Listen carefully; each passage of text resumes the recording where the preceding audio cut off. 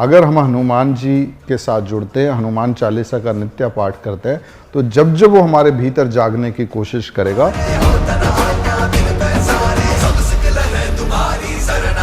उसका नाश कौन करेगा? स्वयं हनुमान जी करेंगे। असुर निकंदन राम दुलारे। इसलिए हनुमान जी किसको अति प्रिय है?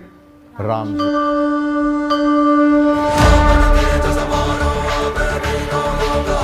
नमस्कार दोस्तों, आप सबका स्वागत है हनुमान चालीसा सीरीज एपिसोड 26। चलिए प्रवेश करते हैं चौपाई संख्या 30 और समझते हैं कि इस चौपाई के माध्यम से तुलसीदास जी हमें क्या समझाना चाह रहे हैं।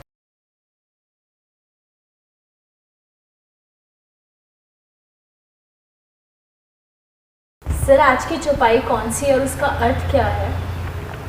आज की हमारी चौपाई है साधु संत के तुम रखवारे, असुर निकंदन राम दुलारे।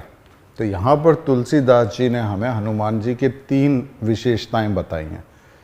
पहले तो तुलसीदास जी ने बोला है कि हनुमान जी साधु संत के रखवाले हैं, दूसरा उन्होंने बोला असुर निकंदन है, और तीसरा बोला राम दुलारे हैं। यानी कि 3 विशेषताएं बताई जा रही हैं। पहली कि ये साधु संत की रक्षा करते हैं, दूसरा दुश्मनों का नाश करते हैं, दुष्टों को नष्ट करते हैं, और तीसरा उन्होंने बताया कि ये प्रभु राम के अति प्रिय हैं। तो यही चीज़ गीता में श्री कृष्ण जी ने भी बोली, जब उन्होंने बोला परित्राणाय साधूनाम विनाशाय च दुष्कृताम धर्म संस्थापनार्थाय संभवामि युगे युगे। यानी कि मैं साधु संतों की रक्षा के लिए, दुष्टों का विनाश करने के लिए और धर्म की संस्थापना के लिए बार बार हर युग में जन्म लेता हूँ। तो एक तरह से आप ये समझ सकते हैं कि हनुमान जी एक डिवाइन एनर्जी हैं जो हर युग में है। जैसे पिछली चौपाई में बोला चारों युग प्रताप तुम्हारा, वो हर युग में रहते हैं। और जब वो हर युग में रहते हैं तो किस कार्य के लिए रहते हैं? कि जो साधु संत है उनकी रक्षा हो, और दूसरा जो दुष्ट हैं उनका नाश हो, और धर्म की स्थापना होगी। तब जो व्यक्ति धर्म की स्थापना करेगा वो किसका प्रिय होगा? प्रभु का प्रिय होगा। तो अब इसको थोड़ा विस्तार से समझ लेते हैं। पहली लाइन बोलती है साधु संत के तुम रखवारे। अब साधु और संत में क्या फ़र्क है, या कोई फ़र्क है भी या नहीं है, इसको समझते हैं। देखो, साधु एक व्यवस्था है, एक साधन को जब व्यक्ति फॉलो कर रहा है, एक व्यवस्था से होकर जब वो गुजर रहा है तो वो साधु बनता है। और उस व्यवस्था में रहकर जब उसमें परिवर्तन आता है और वो प्योरिटी को गेन करता है, पवित्रता को प्राप्त करता है, तो वो धीरे धीरे संत हो जाता है। यानी कि हम कह सकते हैं कि साधु एक व्यवस्था है जिससे गुजर कर व्यक्ति संत बन सकता है। अब जैसे कि मान लीजिए एक व्यवस्था बनाई गई है कि भैया आपको पुण्य का काम करना है, आपको दान करना है, आपको अपने कर्म को पूरा करना है, आपको गरीब की मदद करनी है। तो एक व्यवस्था है, जब व्यक्ति इसका पालन कर रहा है, फिर चाहे वो गृहस्थ व्यक्ति भी क्यों नहीं है, वो एक संत बन सकता है। क्योंकि जब आप इस तरह से रहेंगे तो धीरे धीरे आप पाएंगे कि आपके जीवन में पवित्रता आ रही है, आपका मन प्योर होता चला जा रहा है। लेकिन आजकल क्या होता है, आजकल जो साधु की व्यवस्था है उसका सबसे ज़्यादा दुरुपयोग भारत में हो रहा है। आप जितने भी भिखारी देखेंगे, ये सुबह उठते हैं, माथे पे तिलक लगाएंगे, एक डोल उठाएंगे, 1-2 नाम भगवान के इनको मालूम होते हैं और भीख मांगने चल पड़ते हैं। तो ये गलत इस्तेमाल होता है, उस साधु शब्द का अपमान होता है। और आई बिलीव कि इसके ऊपर हमको एक बहुत स्ट्रिक्टली काम करना चाहिए कि ये फ्रीडम नहीं होनी चाहिए किसी भी व्यक्ति को कि उसने गेरुआ वस्त्र धारण किया, माथे पे त्रिपुंड बनाया, एक रुद्राक्ष की माला डाली, कमंडल पकड़ा और भीख मांगने लग गया। और उस पूरे दिन में उसका कोई भी ऐसा आचरण नहीं है जो वो कर रहा है, वो एक नकल कर रहा है। उसको मालूम है कि इस भेष के प्रति लोगों के मन में श्रद्धा है। लेकिन जब लोग उसको देखते हैं और उसके कार्यों को देखते हैं तो धीरे धीरे विश्वास टूटता है, और जब विश्वास छूटता है तो व्यवस्था पे क्वेश्चन लग जाता है। तो अगर हम चाहते हैं कि इस व्यवस्था पे क्वेश्चन ना लगे तो समाज को भी और सरकार को भी एक ऊंचे स्तर पर काम करना चाहिए, जहां पर इन लोगों के लिए दंड हो जो साधु के भेष में आप भीख मांग रहे हैं, लेकिन रात को आपने पौवा खरीदना है, मुर्गा खरीदना और उसको खाना है। अब मान लीजिए आप वृंदावन जाते हैं तो वहाँ आप देखेंगे एक आश्रम है जहाँ पे विधवाएं रहती हैं, तो व्यक्ति वहाँ भी दान देता है, वो भी भिक्षा ग्रहण करती हैं। लेकिन जब आप उनके जीवन को देखेंगे तो वो पूरे जीवन में श्री कृष्ण का नाम जप रही हैं। तो आपने एक व्यक्ति की जीविका के लिए कुछ सहयोग राशि दी, और उस व्यक्ति का जो जीवन है किसी भी कारणवश से वो कार्य नहीं कर पाता है, तो पूरा दिन भगवान के नाम में जप रहा है, तो आपको पुण्य की प्राप्ति हो रही है। लेकिन एक व्यक्ति जिसने साधु के वस्त्र डाल लिए आपके पास आया और आपने इस विश्वास से दिया कि भाई साधु है, उसे पैसे दे दिए और शाम को वो एक ठेके पर जाकर पौवा खरीदता, तो उस पाप के भागी आप भी बनेंगे। तो ये ना हो, इसलिए हमें इस व्यवस्था को बनाए रखने के लिए इनके अगेंस्ट काम करना चाहिए। तो पहले तो हम समझ गए कि साधु एक व्यवस्था है जिसको फॉलो करके हम कहीं पहुंच सकते हैं। जैसे मान लीजिए कोई व्यक्ति किसी आश्रम को ज्वाइन करता है और वो चाहता है कि वो उस प्रभु की प्राप्ति करे, तो उसको एक मार्ग से होके गुजरना है। तो उसको सुबह 4 बजे उठना होगा, उस आश्रम की कुछ दिनचर्या जिसका उसको पालन करना होगा, कुछ घंटे सुबह, कुछ घंटे शाम को, कुछ घंटे रात को उसको रेगुलर ध्यान करना होगा, जप करना होगा। कुछ ऐसी चीज़ें होंगी जिसका वो सेवन उसे बंद करना होगा, कुछ ऐसी पुस्तकें होंगी जिसका उसको रेगुलर अध्ययन करना होगा। और जब व्यक्ति इस व्यवस्था को डेडिकेटली फॉलो करता है तो धीरे धीरे वो देखता है कि उसके मन के विकार खत्म हो रहे हैं, वो अपने मन को समझ पा रहा है, उसके अंदर ठहराव आ रहा है, उसका जो ध्यान है वो अच्छे से लग रहा है। तो अब ये व्यक्ति किस तरफ मूव कर रहा है? संत बनने की तरफ मूव कर रहा है। तो साधु और संत यानी कि वो व्यक्ति जो उस व्यवस्था में, उस मार्ग पर चला हुआ है, जिस मार्ग में वो पुण्य कर्म कर रहा है, अपने कर्म का पालन कर रहा है और अपने धर्म का पालन कर रहा है, उन लोगों की भी रक्षा। और जो व्यक्ति संत बन चुके हैं यानी कि जो प्यूरिफाई हो चुके हैं, उनकी भी रक्षा कौन करते हैं? हनुमान जी करते हैं। ये उनका काम है, वो इसको अपनी जिम्मेदारी समझते हैं। और दूसरा क्या है? असुर निकंदन है, यानी कि दुष्टों का नाश करते हैं। अगर हम रामायण में भी देखें तो जो राक्षस थे उनका वध कौन कर रहे हैं? हनुमान जी कर रहे हैं। और अगर हम महाभारत के युग में भी आते हैं तो जो कौरव थे, जो नेगेटिव एनर्जी थी, जो एक तरह से पांडवों का हिस्सा मार के बैठे थे, उनको हराने में भी अर्जुन की मदद कौन करते हैं? हनुमान जी करते हैं।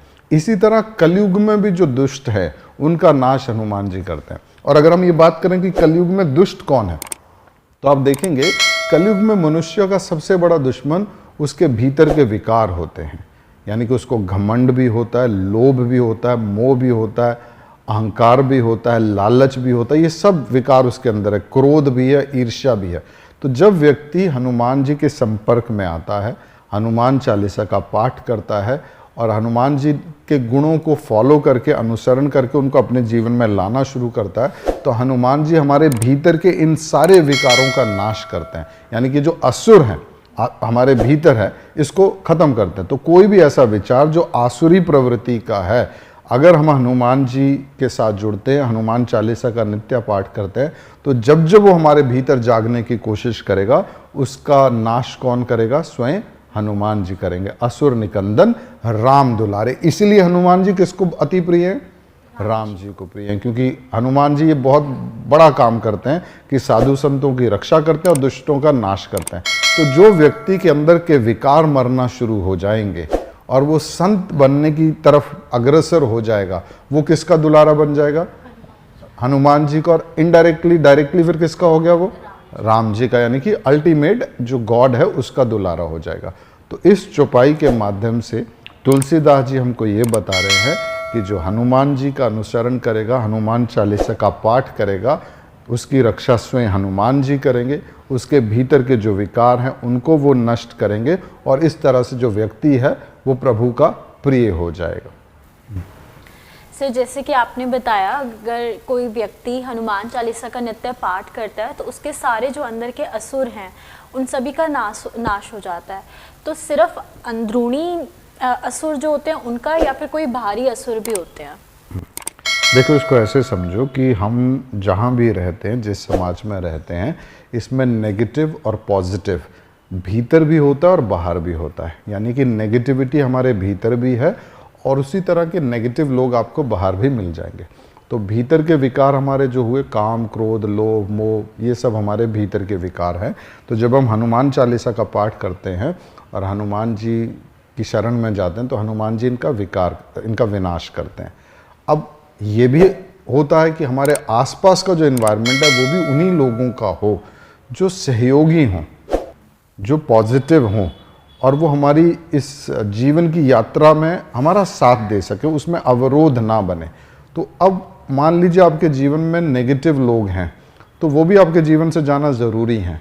तो उनको भी कौन हटाते हैं? हनुमान जी ही हटाते हैं। इसको यूँ समझ लो कि अगर मेरे भीतर की क्लीनिंग हो गई है तो मेरा आउटर इन्वायरमेंट भी चेंज होगा। तो अगर हनुमान जी भीतर के मिटा रहे हैं तो इनडायरेक्टली आउटर भी अपने आप मिटेंगे। और जैसे कि हमने पिछली चौपाइयों में भी पढ़ा कि भूत पिशाच निकट नहीं आवे, महावीर जब नाम सुनावे, तो इसका मतलब हो गया कि हनुमान जी किसी भी तरह की एनर्जी को, चाहे वो भीतरी है चाहे बाहरी है, उसको हमको डिस्टर्ब करने नहीं देते हैं। क्योंकि जहाँ हनुमान जी का नाम होगा, जहाँ महावीर का नाम होगा, जहाँ आंजनेय का नाम होगा, वहाँ पर नेगेटिविटी या किसी भी तरह की आसुरी शक्ति नहीं आ सकती है, फिर चाहे वो बाहर की ही क्यों ना हो। और इसको अगर हम वैसे भी समझे तो हम एक मैग्नेट की तरह होते हैं, हम चीज़ों को अपने जीवन में आकर्षित करते हैं। तो अगर मेरे भीतर क्लैरिटी है, प्योरिटी है, तो मैं प्योरिटी को अट्रैक्ट करूँगा। जो फूल का बाग होगा उसमें भंवरा ही आता है, और जो कूड़े का ढेर होगा उसके ऊपर कूड़े की मक्खी बैठती है। तो अगर हमारा भीतर साफ हो रहा है, हम विकारों से बाहर निकल रहे हैं, हम उस व्यवस्था पर चलते हुए संत बनते जा रहे हैं, तो तुमको लगता है बाहर ऐसी व्यवस्था आएगी? तो बाहर वाली भी तभी चेंज हो रही है क्योंकि भीतर की चेंज हो रही है। और अगर मान लीजिए वैसी कोई एनर्जी आती है नेगेटिव जो तुम्हें डिस्टर्ब करना चाहेगी, लेकिन तुम हनुमान जी के फॉलोअर हो, तुम हनुमान जी की पाठ करते हो, हनुमान चालीसा को पढ़ते हो और उनका स्मरण रखते हो और उनके गुणों को अपने जीवन का लक्ष्य मानते हो, तो आई डोंट थिंक कि इस तरह की कोई भी एनर्जी आपको डिस्टर्ब कर सकती है। आप इसको प्रैक्टिकली जीवन में अपना के देखिए, इनका जवाब आपको मिल जाएगा कि अगर व्यक्ति रेगुलर हनुमान चालीसा का पाठ करता है, और जब वो पाठ करता है और उन गुणों का चिंतन करता है और अपने भीतर झांकता है कि ये जो असुर है, मेरी नेगेटिव फीलिंग्स हैं, नेगेटिव थॉट्स हैं, ये जो काम क्रोध लोभ मोह, ये मैं की जो भावना ये घट रही है, तो वो पाएगा कि उसके आसपास के जो लोग हैं वो भी बदल रहे हैं। तो ये किसकी कृपा से हो रहा है? हनुमान जी की कृपा से होता है। So answer to your question कि क्या वो बाहर के उसको भी मारते हैं? बिल्कुल मारते हैं। एंड प्लस जब भीतर बदलाव हो रहा है तो बाहर भी बदलाव होगा ही होगा। वेल फ्रेंड्स, इस चौपाई के माध्यम से हमने एक यूनिवर्सल ट्रुथ को जाना। क्या है वो यूनिवर्सल ट्रुथ? रामायण में कहा गया कि हनुमान चालीसा में तुलसीदास जी ने बताया, साधु संत के तुम रखवारे, असुर निकंदन राम दुलारे। अर्थात हनुमान जी साधु संतों की रक्षा करते हैं, दुष्टों का नाश करते हैं और आपको भगवान से मिलाते हैं। और यही बात श्री कृष्ण ने गीता में कही। उन्होंने कहा कि मैं साधु संतों की रक्षा के लिए, दुष्टों के नाश के लिए और धर्म की स्थापना के लिए हर युग में जन्म लेता हूँ। तो फ्रेंड्स, हनुमान जी एक ऐसी शक्ति हैं जो हर युग में इसी काम के लिए विराजमान रहते हैं। हनुमान चालीसा का आप नित्य पाठ करिए, जुड़िए हनुमान चालीसा के साथ। फिर मिलते हैं आपसे अगले एपिसोड में। जय श्री राम।